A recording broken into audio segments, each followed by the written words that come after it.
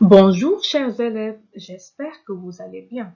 Aujourd'hui, on va voir une nouvelle leçon des activités scientifiques. Concentrez-vous et suivez bien avec moi.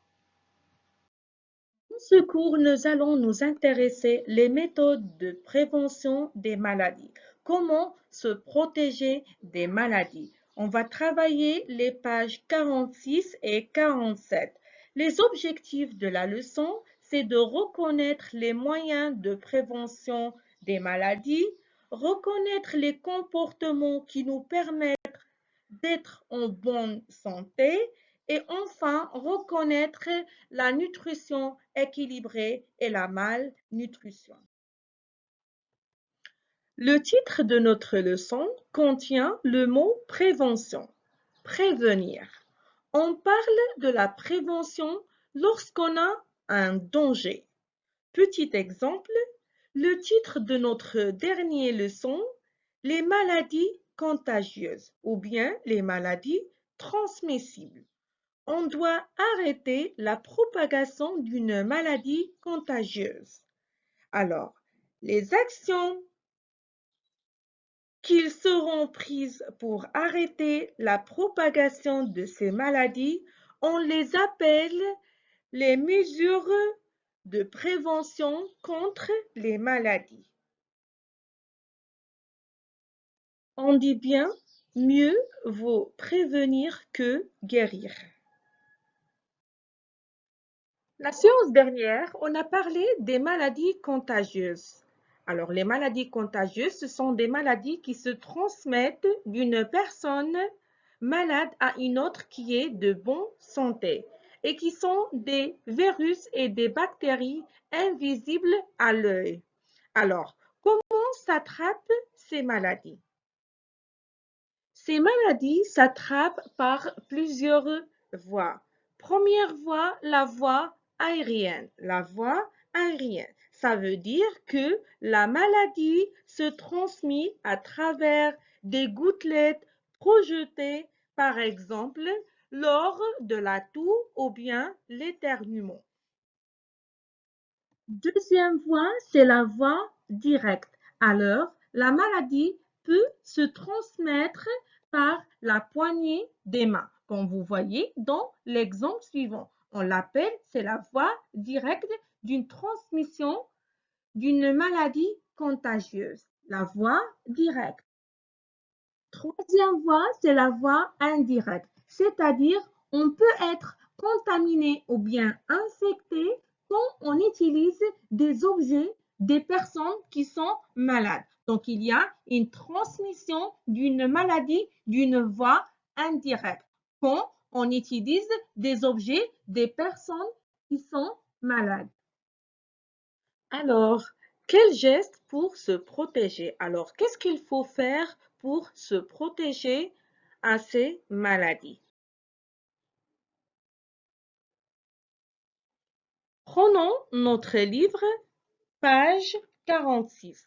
Premièrement, quelques moyens de prévention des maladies. Alors, comme vous voyez dans les documents suivants, il y a des gestes à faire pour prévenir des maladies. On commence par le premier document. Se laver les mains avant de manger. Il faut bien laver les mains avant de manger. Deuxième document, éviter les personnes malades. Ça veut dire éviter le contact avec les personnes qui ont malade. Troisième document, bien conserver les aliments. Il faut bien les conserver. Quatrième document, première secours. Utilisation des produits antiseptiques qui permettent de désinfecter des plaies. Ça veut dire l'anticiper. Et cinquième document, se faire vacciner. Alors, c'est très important parce que le vaccin sert à protéger le corps contre une future attaque. Il permet de prévenir les maladies. Alors, première question, je retire des documents 1 à 5 quelques règles d'hygiène. Alors, la réponse, c'est lavage des mains, éviter les personnes malades, bien conserver les aliments. Deuxième question, j'explique le rôle du vaccin. Alors, le rôle du vaccin, c'est de protéger les personnes des malades graves. Ça veut dire prévenir des maladies graves. Passons au deuxième mot, des comportements qui nous permettent d'être en bonne santé. Alors, comme vous voyez dans les 4 documents, il y a des gestes à faire pour être en bonne santé. Alors, premier document, c'est document 6, se brosser les dents. Document 7, pratiquer du sport. Document 8, dormir bien. Document 9, consulter de temps en temps un médecin. Alors, les 4 documents permettent d'être en bonne santé. Première question, pourquoi il est important de se laver correctement les mains? Alors, il est important de se laver correctement les mains parce que les microbes et les bactéries se transmettent facilement en touchant un objet contaminé. C'est pourquoi il faut bien laver les mains. Passons aux deuxième question. Je relève des documents ci-dessus les conditions qui permettent une bonne santé. Alors, pour rester en bonne santé, il faut se protéger des microbes par brossage des dents, la pratique du sport, dormir suffisamment et consulter de temps en temps un médecin. La nutrition et la malnutrition. Alors, quand on dit nutrition, ça veut dire l'alimentation. Alors, comment prévenir les maladies par l'alimentation? Quel est le rôle de l'alimentation pour avoir une bonne santé? Pour être en bonne santé, il faut manger équilibré. Ça veut dire il faut varier la nourriture. Manger équilibré, c'est-à-dire manger un peu de tout. Il ne faut pas manger trop parce qu'un excès de l'alimentation donne l'obésité. L'obésité est une maladie. On dit un enfant obèse, ça veut dire un enfant gros. Il y a un autre cas, c'est la malnutrition. Une malnutrition, ça veut dire quantité de nourriture est suffisante, mais le repas est déséquilibré. Ça veut dire que le corps ne se développe pas normalement, comme le cas de ce garçon. Il n'est pas normal. Ça veut dire qu'il a une malnutrition. Prenons notre livre, page 47. Page 47. Troisièmement, la nutrition équilibrée et la malnutrition. Alors, comme vous voyez, les documents suivants représentent. Alors, on commence par document 10, enfants obèses. Document 11, enfants maigres. Document 12, enfants en bonne santé. Document 13, repas non équilibrés. Document 14, repas équilibrés. Et document 15, fast-food, trop sucré, salé, gras et contient des additifs. Alors, on commence par première question.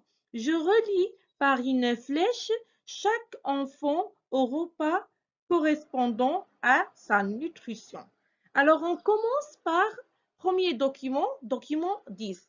Alors, un enfant obèse Pourquoi? Parce qu'ils mangent le fast-food. Deuxième document, enfants maigres parce qu'ils mangent des repas non équilibrés. Et enfants en bonne santé parce qu'ils mangent des repas équilibrés. Très bien. On passe aux deuxième question. Quelles sont les causes de l'obésité? Alors, les causes de l'obésité, c'est la suralimentation. Ça veut dire l'excès de l'alimentation. Passons aux troisième question. Je déduis les conditions de nutrition nécessaires pour une bonne santé. Alors, pour garder une bonne santé, il faut éviter de manger trop et prendre des repas équilibrés. Passons aux deuxième partie de la page 47. Alors, comme vous voyez dans le document suivant, alors on commence par document 16, aliments exposés aux mouches, à la poussière et au soleil. Alors, ce sont des repas qui ne sont pas bien pour notre santé parce qu'ils sont exposés aux mouches et à la poussière et au soleil. Deuxième document, produits alimentaires portant la date d'expiration. Document 18, laver les légumes et les fruits avant de les manger. Alors, la question de ces trois documents, je retire des documents 16 et 18 les règles de vie qui permettent de préserver ma santé, qui permettent de prévenir les maladies.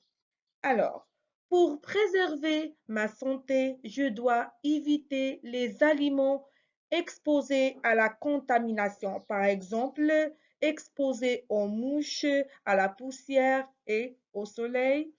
Éviter les aliments dont la durée de conservation est déjà expirée et laver les aliments avant de les consommer.